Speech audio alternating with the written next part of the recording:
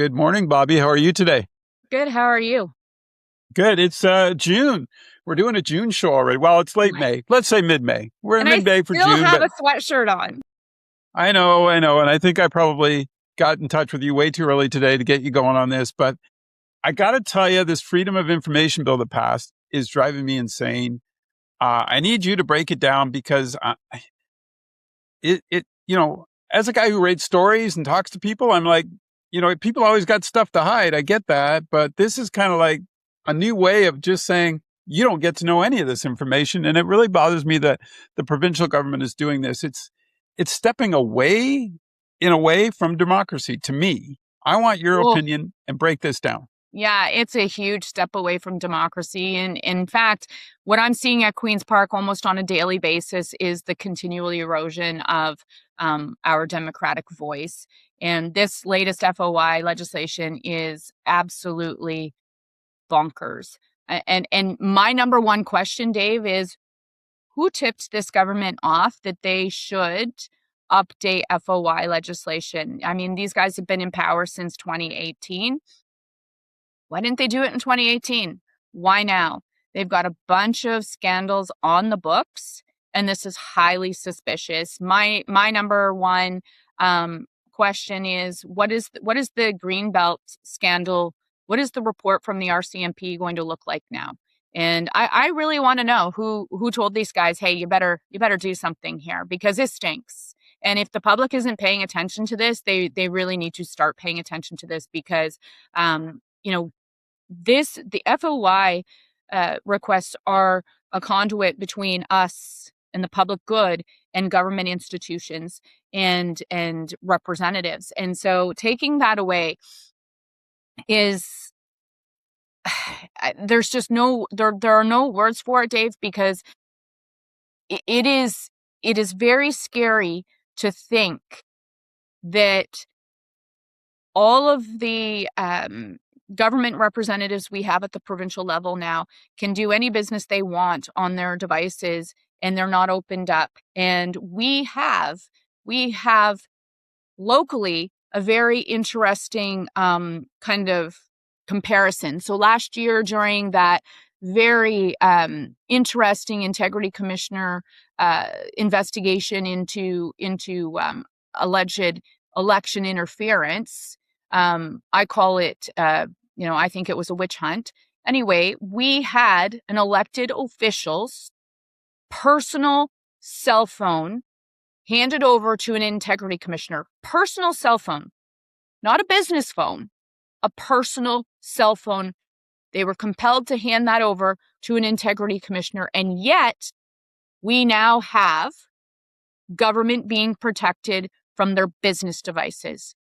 There is something really wrong with this picture, really wrong. And like I say, I go back to my point, like who tipped them off that they needed to do this?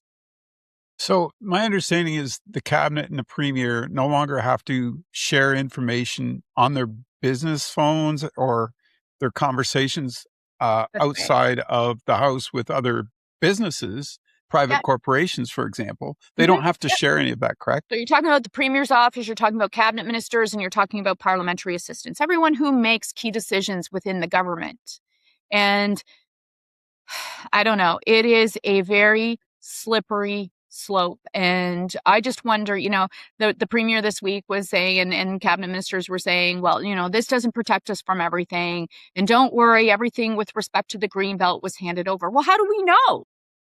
Like, so we're just supposed to trust this government that they say everything was handed over?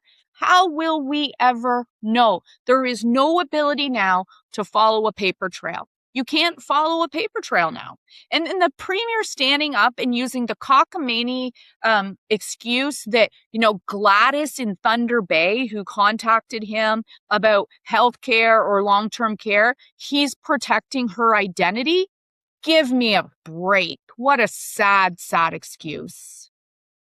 Now, before all this came about, and you could obviously a politician could be investigated if there was something going on that that a journalist found sort of, okay, what's this all about?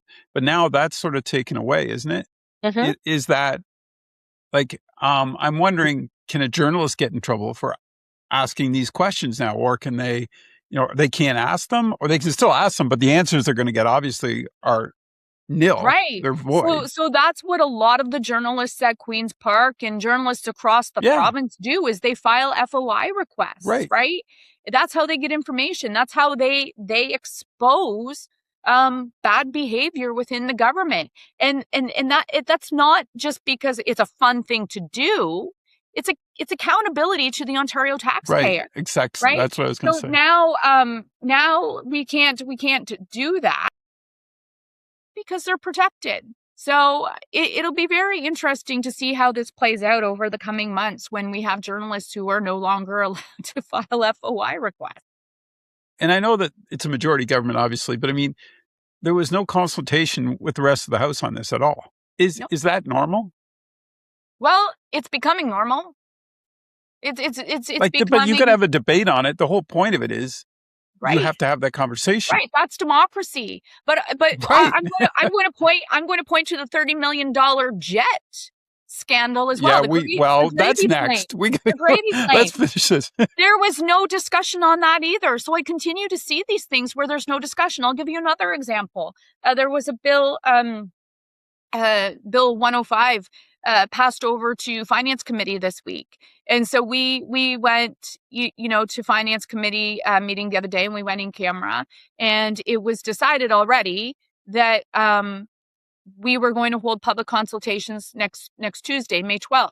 However, we were only going to give people from 10 o'clock on Tuesday till 4 o'clock that same day the opportunity to let government know they wanted to participate in public hearings. 6 hours notice to the people of Ontario.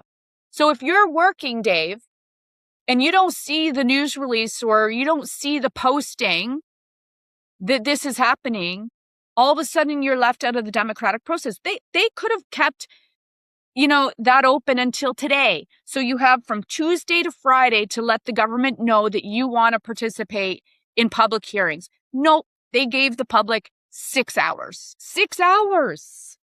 Come on. Do you think this is enough to rile up the public, the general public, for the next election a little bit, to say, hey, here's what you're losing? Do you think, we talked about this before. I think people are so busy just trying to put food on their table and pay for their gas that a lot of these things get pushed through because folks are just focusing on their families, trying to survive. Think that's true. And I also don't think that the average person in the public realizes that some of these stories, going back to your point about reporters, I don't think they realize that they know some of these things. So the things that the reporters write about, they report about because they received FOI information, they did the digging. They're now not going to get that information. So the government is ensuring that reporters can't write about bad behavior. And guess what? The public will never know about the bad behavior. Yeah. So accountability goes out the window. They're protecting their reputation by hiding a whole bunch of stuff. And I don't think the general public really understands what this means for them. Right? They don't see the link that, okay, it's reporters who blow these things out wide open, and then we read about them and we know about them. Well, guess that they're not going to be able to be blown open, and you're not going to be able to read about it now. It's amazing. I listen to talk radio as I'm driving in and out of Toronto when I'm not listening to podcasts or talking to people on the phone. And it blows my mind that on talk radio, and I get it. I'm a fiscal conservative. I worked for a conservative for 23 and a half years, but this is embarrassing when people are going on talk radio and saying, oh, nothing to see here. It's fine. It's Doug Ford. Don't worry about it. Like, holy smokes. How can you say that this is okay? I don't care if you're a liberal. I don't care if you're an NDP, if you're a conservative. This is not okay from anyone.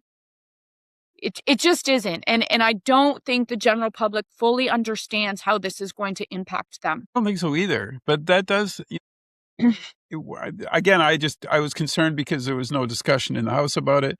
This seemed to just get pushed right through very quickly and very quietly, I might add. It started, there was rumbles at the start of the year about this. Then all of a sudden it's boom, gone, done. You know what I mean? And I don't know where that accountability is now going to come from. I mean, obviously, you guys can debate all the issues you want in the House when there's time, when you're granted floor time, but they just don't care. They don't Like, care. it doesn't seem like they care. Nothing like I say, I see the erosion of democracy all the time, and I'm not going to lie. I see conservatives who feel very alienated over all of these things. They walk out a question period with their head down. They just head straight to their office because they don't want to talk to anyone. I see it. I Well, yeah, absolutely that's a see great it. point. So where's the split there? There's got to be a point where these guys that are representing rural necks of the woods, like Alderman Yep. Norfolk, go, Hmm. wait a minute. Hmm. Whoa, this is too far. Like, Yep. are we getting to that point? Do you see them starting to go, wait a minute?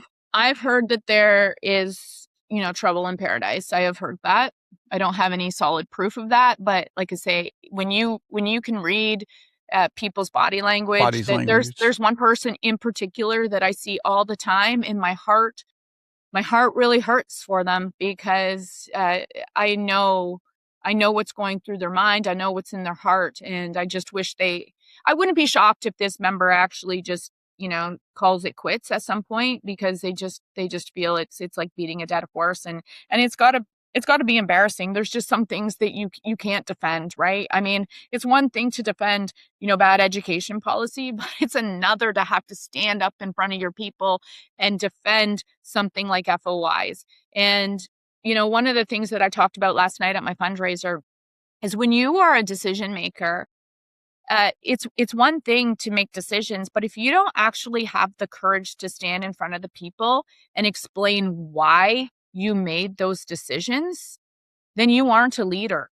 And part of being a leader, part of being a policymaker is making decisions, but making sure you can clearly back up why you made those decisions. And you better be able to articulate that to the public. And these guys aren't, right? We go to the FOI stuff, no debate. We go to the jet, no debate. I see this all the time. I see things coming up. Here comes AJ. It's AJ. Come It's AJ on, AJ. time. Did you wake up? We had to. We've been waiting all show. There he is. He made his Here guess. he He is. Now knows. the dog He is knows when alerted. we're going to do the show. Yeah, but I see this all the time. I've said this time and time again since 2022 that I love my time on finance committee because I get to hear from people like on Tuesday during public Yeah. consultations. I'll get to hear from people who are experts and who understand this legislation probably more than we do. But the problem is the whole reason that you have public consultation is to take that information and bolster legislation. You should be using that information to bolster legislation and make it the very best legislation for the people of Ontario.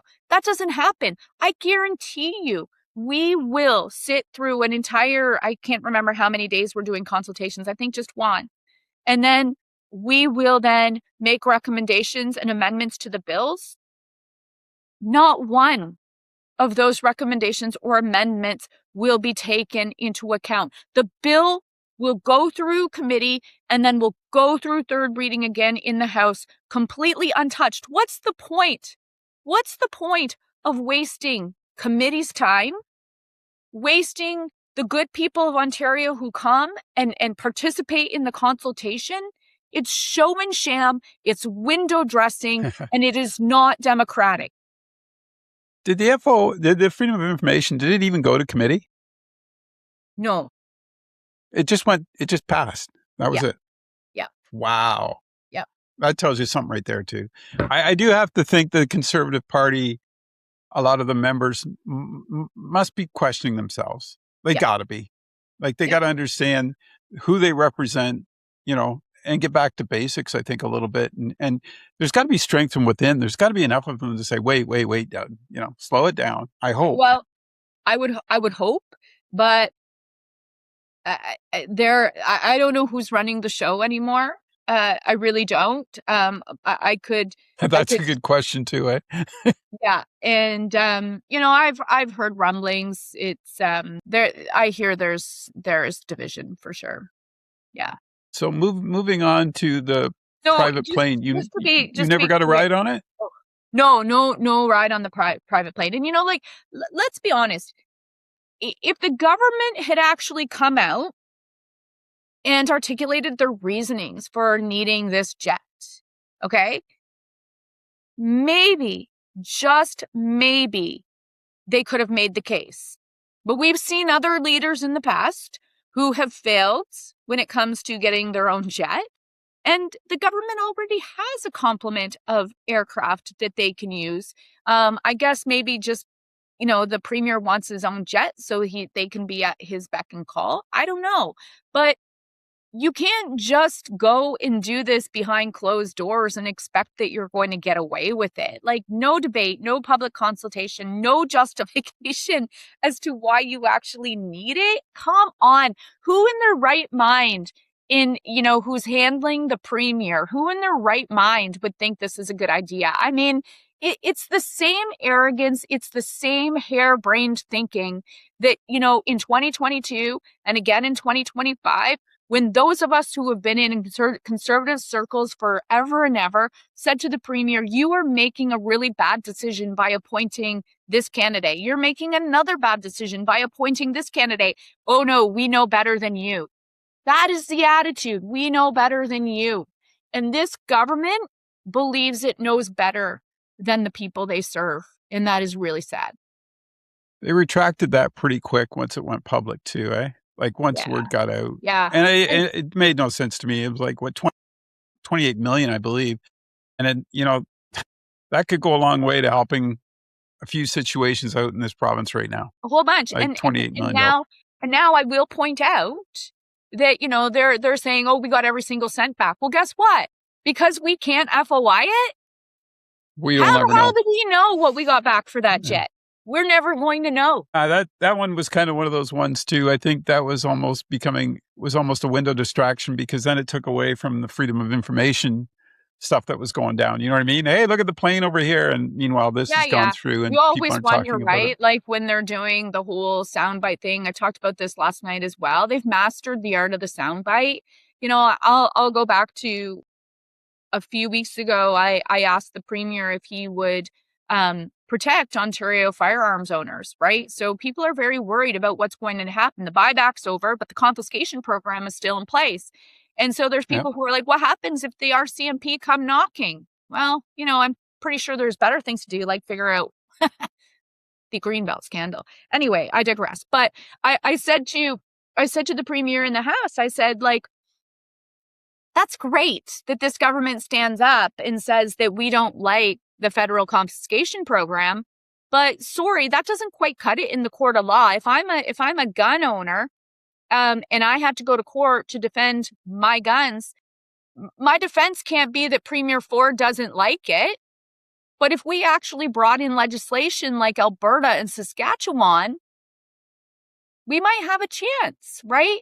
So it's showmanship over substance. That's all it is. This guy has mastered the art of the soundbite. Oh, yeah, I praised that guy who, an intruder came into his house and, blah, blah, blah, blah. And the majority, that was crazy. The majority of people would probably agree with that. But by the same time, that's showmanship, because he's not backing that up by bringing in legislation that would actually protect people who own firearms.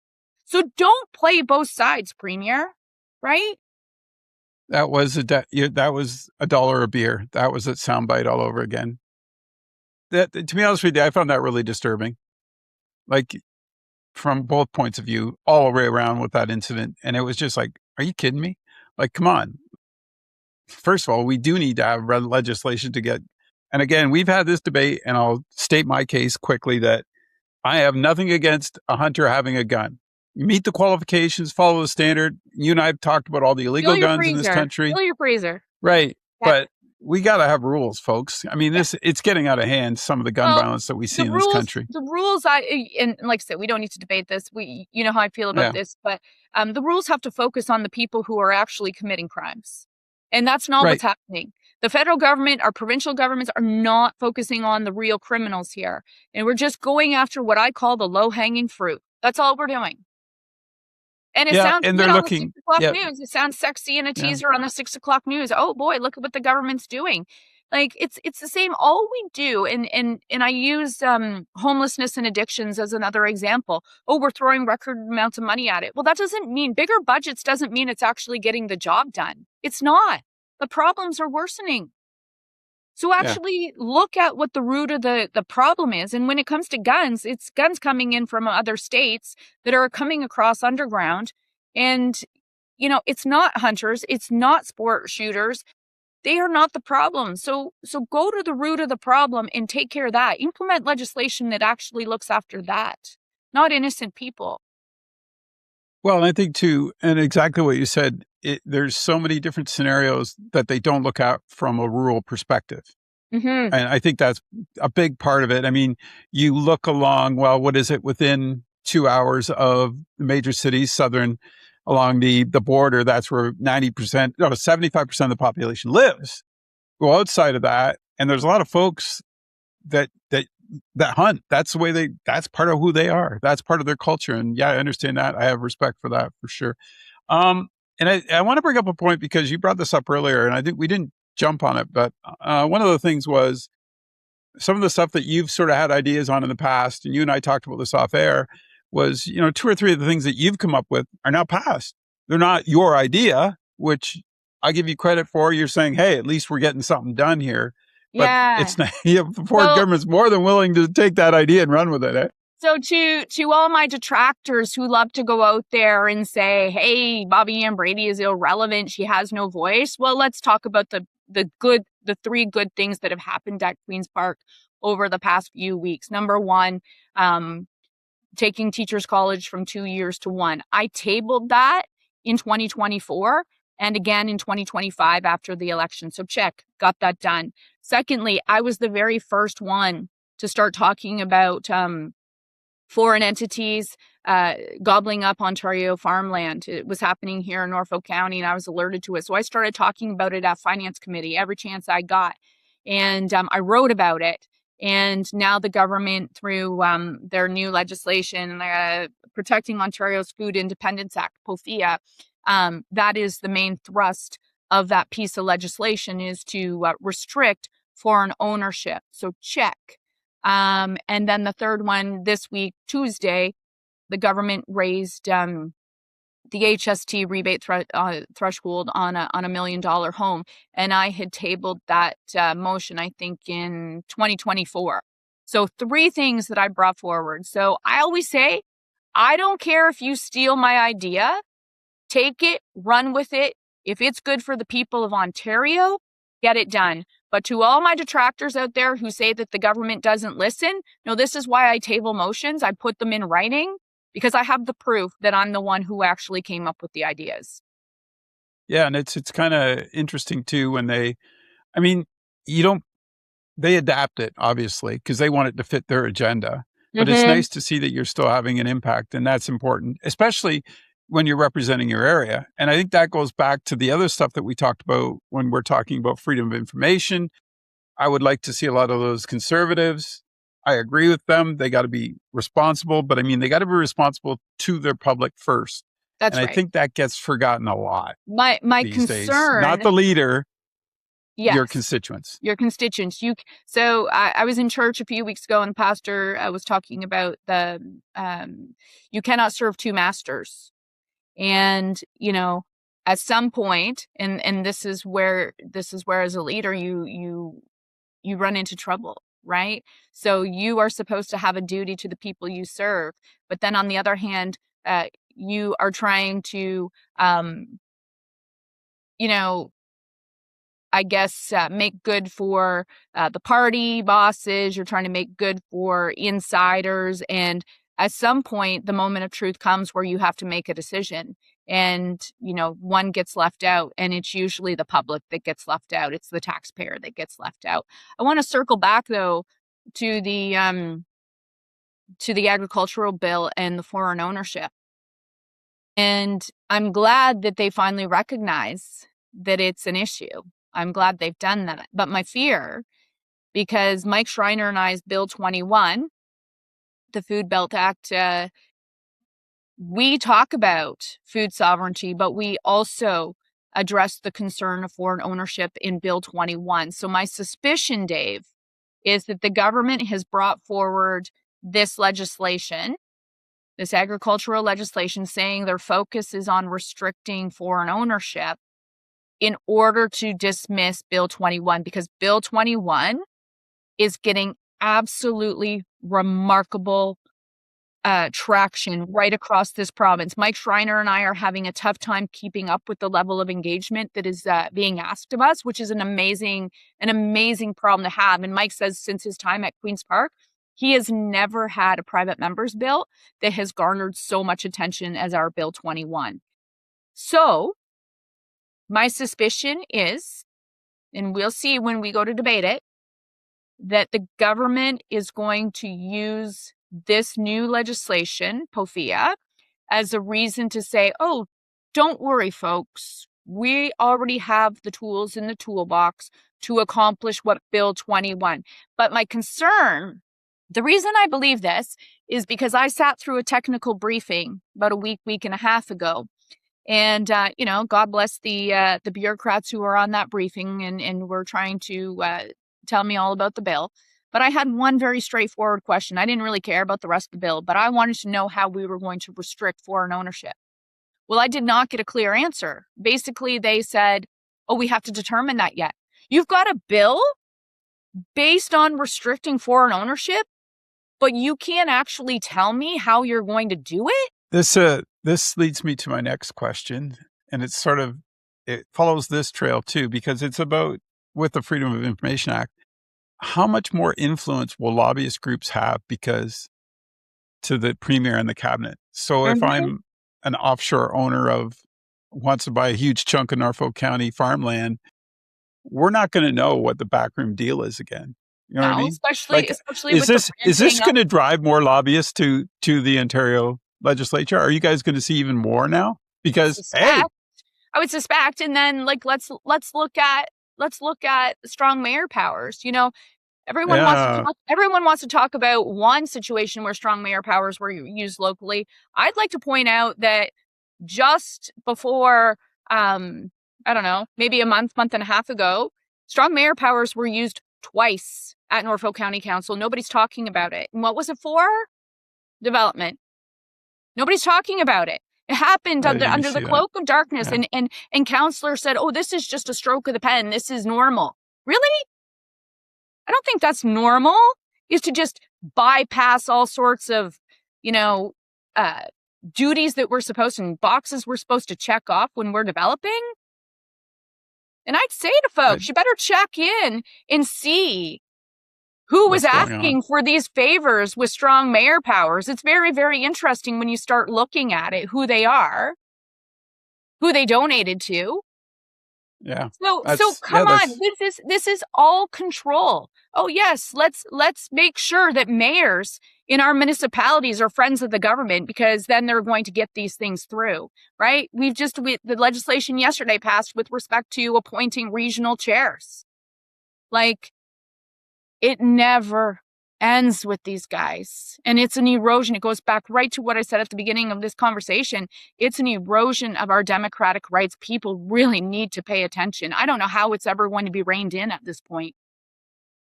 Yeah, I don't know either, because it's like we talked about earlier, because of the world economy right now, people are just focused on themselves, trying to get by. And they have no secondary for this other information that, that we're sharing. I mean, it's like they'll hear it, but they don't know what I can do. They're like, I can't do anything. I'm focused on this right now. Even with respect to school boards. I mean, yeah, sure. There are school boards that have been out of line. There are trustees that have been out of line in this province.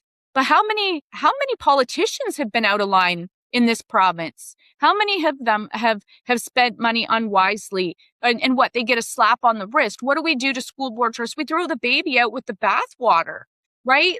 You don't do that. And that's not where I see the problems in our education system. But I'm not going to get into that, because I'll, make some enemies at the school board. But how much, with the Freedom of Information that just passed, do you have any leeway? Is it restricting you guys as well? You can't even ask those questions, or you can't find that information? Not even being a sitting member? You can't?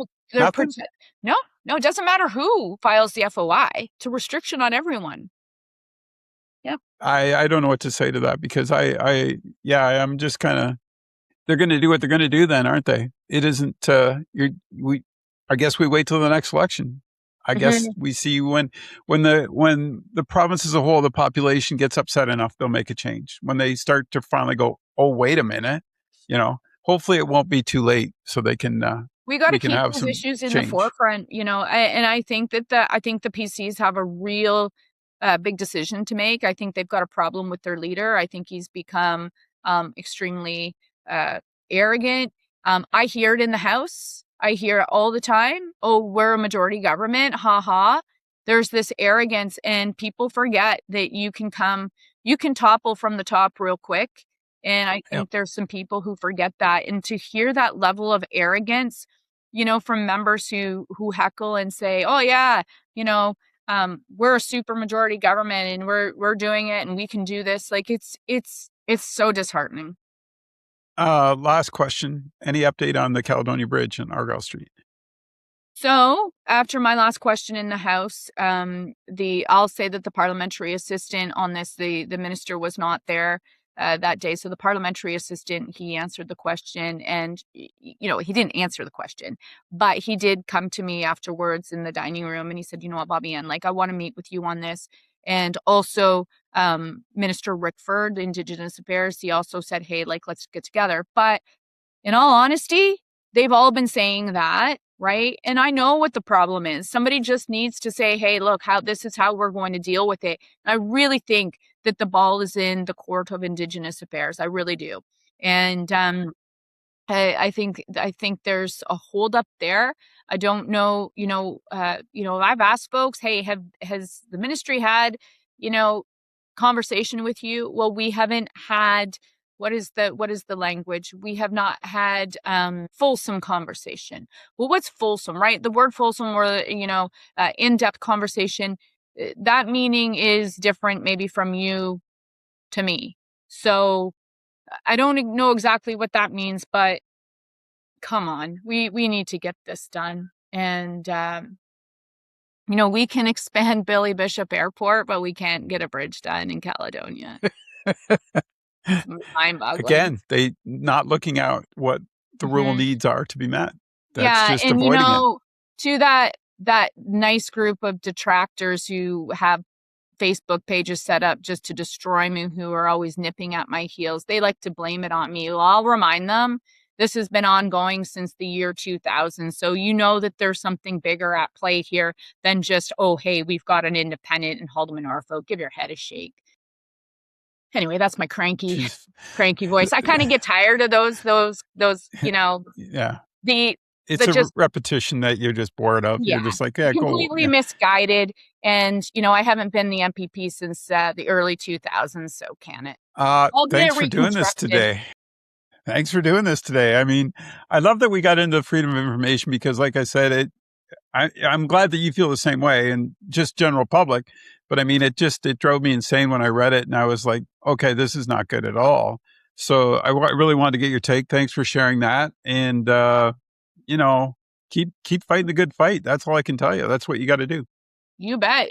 It's not easy continuing to fight. And people say that all the time is every day is a fight. Yeah, I get that, but we can't give up, right? There has to be hope. No, When I see, last night a room 370 people who still believe in courage over convenience, who believe in, integrity and honesty in politics and in public life, that is a light, and we have to continue to move down that road. And I said to them last night, "Look, you know what, you're on this journey with me, and the political landscape is much like traveling the road, right? You're going to have flat tires, your gas is going to run a little low at times, but keep that seatbelt on, because when it comes to making sure that our children and our grandchildren have hope and opportunity for the future, when it comes to protecting our beautiful communities in a riding like Haldeman Norfolk, every detour is worth navigating." accountability, man. It's just got to be about accountability. Thanks for doing this. Take care, eh? Have a good weekend. I will. You too. Thanks.